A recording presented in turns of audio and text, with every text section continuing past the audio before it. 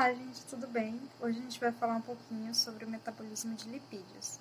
Eu e a minha colega Ana Beatriz vamos tentar esclarecer um pouquinho para vocês com alguns mapas mentais, tá bom? Então, gente, na bioquímica, as substâncias principais da célula são divididas em dois grupos, os inorgânicos e os orgânicos. As inorgânicas são aquelas substâncias que não têm carbono e as orgânicas são as que têm carbono. Ou seja, as inorgânicas são água e sais minerais.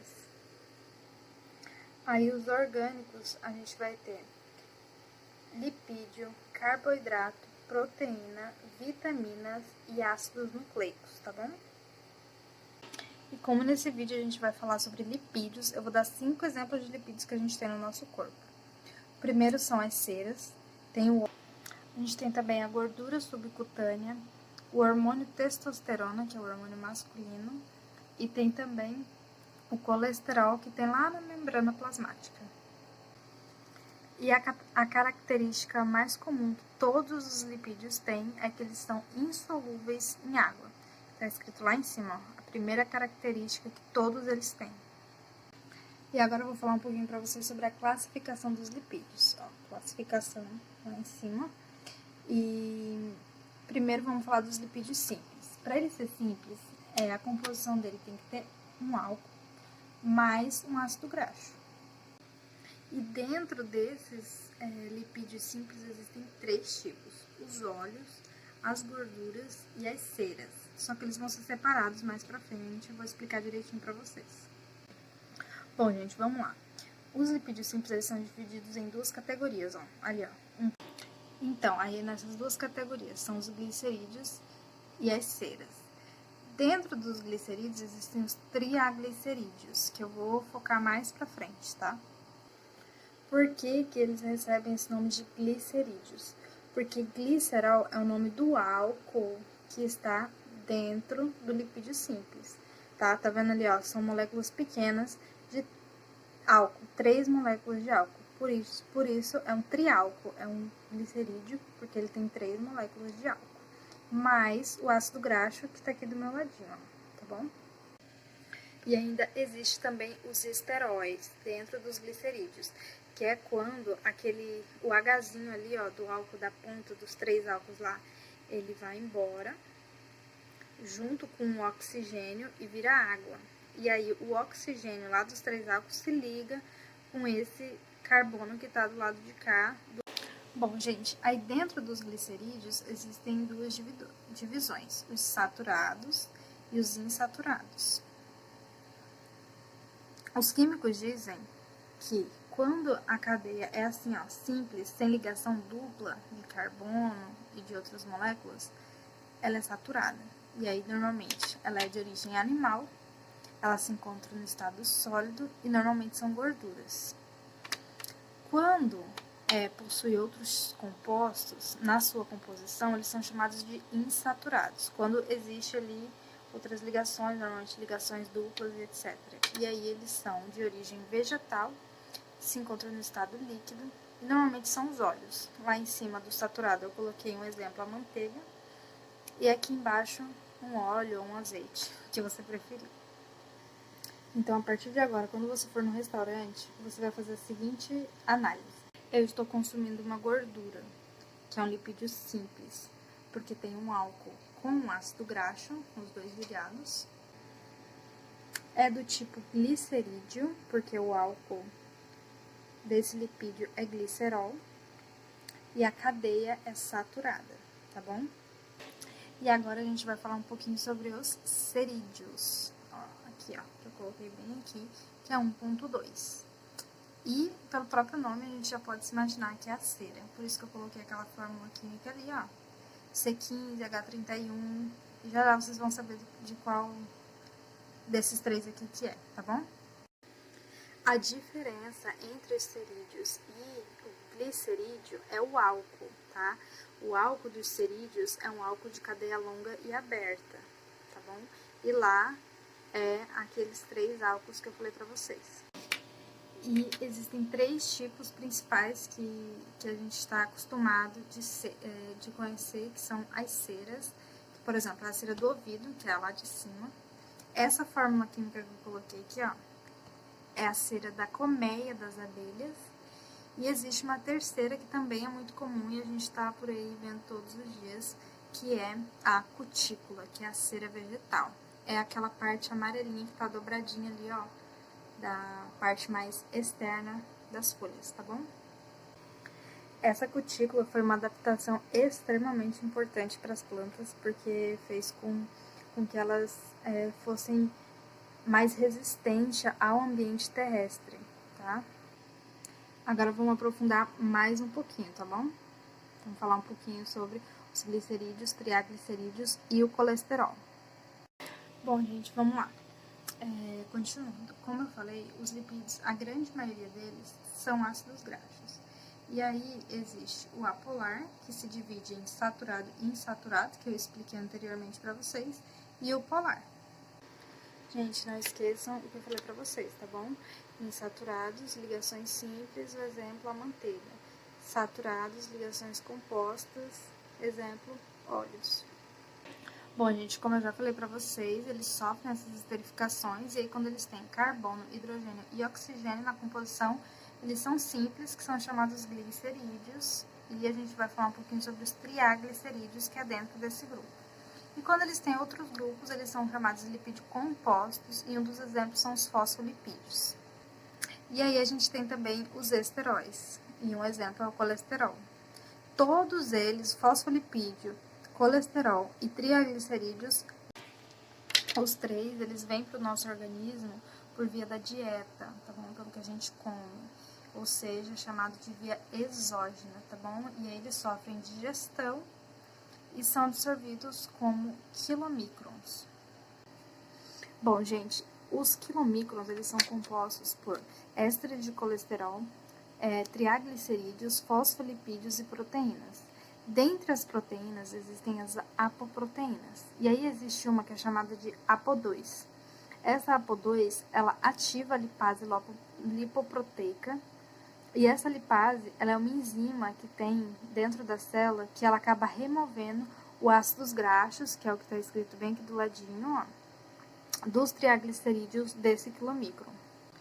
Bom, gente, essa enzima dos ácidos graxos nas células adiposas, ela realiza a lipogênese e no tecido muscular ela produz energia. Bom, gente, o que sobra disso tudo é chamado de quilomicron remanescente, que é o que está aqui embaixo. Esse remanescente, ele vai para o fígado, ele metaboliza esse quilomicron e aí ele sintetiza as lipoproteínas.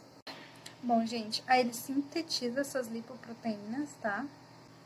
Um exemplo é o VLDL, ó, que está aqui do ladinho.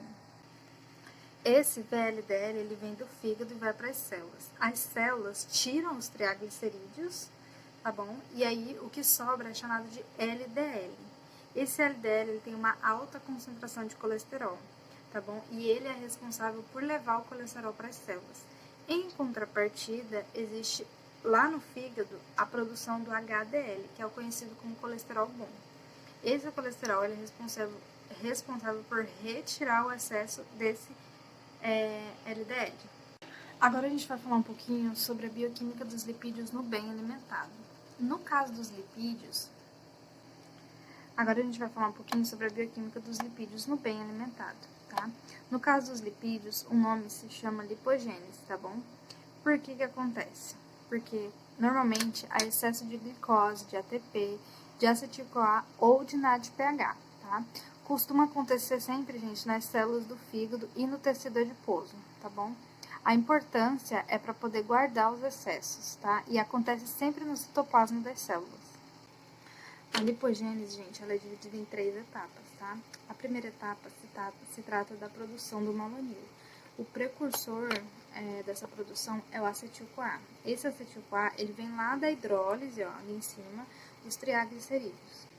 Essa hidrólise, ela libera ácido graxo e glicerol, e aí é convertido em acetil-CoA. Bom, gente, esse acetil-CoA convertido, ele também é convertido em malonil nessa primeira etapa, com o uso do NADPH, que está ali escrito, ó, que vem lá da via das pentoses. A segunda etapa, gente, se trata do alongamento dessa cadeia, ou seja, acontece a repetição quantas vezes forem necessárias da primeira etapa. Já a terceira etapa, ela é a adição do glicerol. Esse glicerol, ele vem lá da via das pentosas, através de um precursor chamado hidroxiacetona. E o produto final dessa lipogênese é aqui, ó. É o triaglicerídeo, que é a gordura. Gente, o diferencial do bem alimentado é a presença da insulina, que é o hormônio predominante, tá? E acaba estimulando positivamente a acetil-CoA carboxilase, que no caso é a enzima marca-passo. Ainda um pouquinho sobre a importância da insulina, ela acontece por causa da síntese do colesterol, tá bom? Acontece porque normalmente o colesterol ele é precursor da síntese de hormônios e participa da estrutura das células. E acontece sempre no citoplasma de todas as células. Essa síntese ela é dividida em 4 etapas, tá bom? Bom, gente, nessa primeira etapa acontece a formação do mevalonato, tá bom? E o precursor é o acetil-CoA. E é nessa fase que está a presença da enzima marca-passo. O nome dessa enzima é HMG-CoA redutase, tá? Ela é estimulada, tá escrito aqui, ó, um sinal de mais, pela insulina e acaba sendo inibida pelas estatinas. A segunda etapa se trata da formação das unidades isoprenoides. A terceira etapa é a formação dos escalenos, que tem 3 colesteróis. E a quarta etapa é a formação do colesterol em si. Bom, gente, agora a gente vai falar um pouquinho sobre o que acontece no jejum, tá?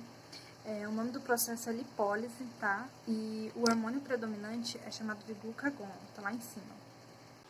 Agora a gente vai falar sobre o que acontece no jejum, tá bom? O nome do processo é chamado de lipólise, tá? Que é a quebra dos lipídios. O hormônio predominante na lipólise, no jejum, é o glucagon.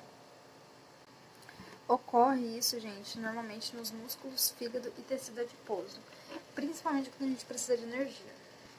Quando a gente se refere à hidrólise, ela acontece no citoplasma da célula e a beta-oxidação nas mitocôndrias. Gente, a primeira etapa da lipólise é quando acontece a quebra dos triaglicerídeos e aí acaba ficando o ácido graxo e o glicerol separadamente. Essa etapa, normalmente, ela recebe o comando da enzima LHS, que significa lipase hormônio sensível, conhecida como enzima marca-passo. Lembrando que essa lipase hormônio sensível, ela é estimulada pelo hormônio glucagon, que é o hormônio predominante que eu já falei lá atrás. Bom, gente, a próxima fase é a beta-oxidação. Ela acontece nas mitocôndrias. E para isso, o ácido graxo precisa ser ativado. Para isso, ele precisa ser transformado em acil-CoA. Eu escrevi errado aqui, não é acetil, é acil-CoA, tá bom? E para isso, ele usa a carnitina. Aí dentro da mitocôndria acontece a beta-oxidação, tá bom? Que é quando as enzimas removem 2 átomos de carbono por vez e ligam a coenzima A. E aí acaba transformando em acetil-CoA, o acetil-CoA vai para o ciclo de Krebs e para a cadeia respiratória. E aí depois disso é a formação do ATP. Gente, lembrando que o ácido graxo é uma cadeia muito grande e o ciclo de Krebs não consegue esse acetil-CoA aqui, ó, e aí acaba gerando um excesso. Esse excesso ele vai para os hepatócitos e realiza a cetogênese. A cetogênese acontece a produção dos corpos cetônicos através de 2-acetil-CoA. E aí é fabricado o ácido acetoacético e aí depois ele acaba se transformando em hidroxibutirato. Eu tive que ler porque senão ia gaguejar demais aqui. E acetona. Esses são os corpos cetônicos. Gente, lembrando que o colesterol ele não pode ser degradado e ele não é combustível celular, tá bom? Gente, é isso. Espero que vocês tenham entendido um pouquinho sobre o metabolismo dos lipídios, tá? E eu e minha colega Ana Beatriz agradecemos por vocês terem assistido o vídeo até o final.